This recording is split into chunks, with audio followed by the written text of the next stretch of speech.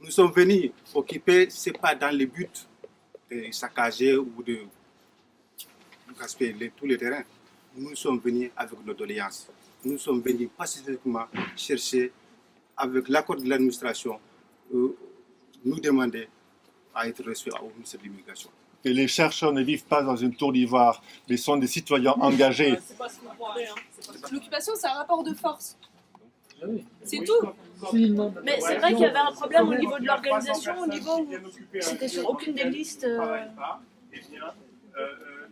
Mais l'organisation, tu l'as fait au moment même où ça se passe. Bah, c'est sûr, mais je veux dire, moi, si j'avais su qu'il allait y avoir une occupation vendredi, je pense qu'il y aurait eu vachement plus de personnes qui auraient été là aussi. Dès qu'on a dans cette école des spécialistes des sans-papiers, des spécialistes dans l'immigration, et appeler eux pour organiser, je sais pas, un séminaire en plein air en parlant de ça.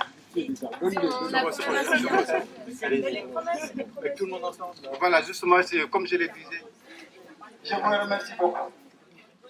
La coordination 75 des collectifs des sans-papiers a organisé une action d'occupation des locaux de l'EHESS.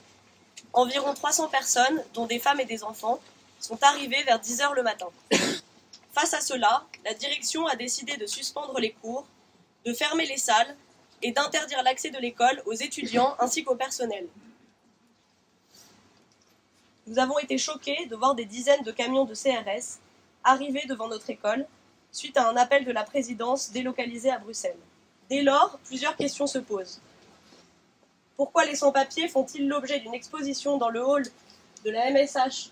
Dans ce contexte, que veut dire faire de la recherche en sciences sociales?